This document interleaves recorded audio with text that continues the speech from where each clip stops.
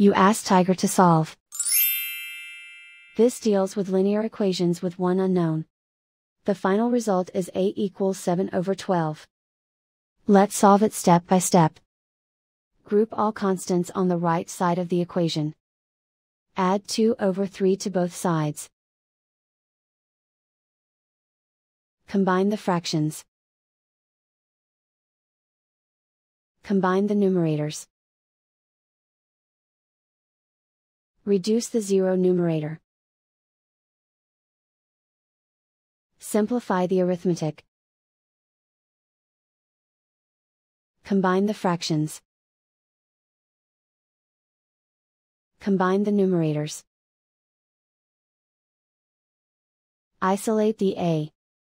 Multiply both sides by inverse fraction 7/4.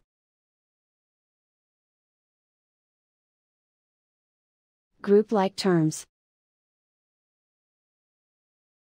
Multiply the coefficients. Simplify the fraction. Multiply the fractions. Simplify the arithmetic.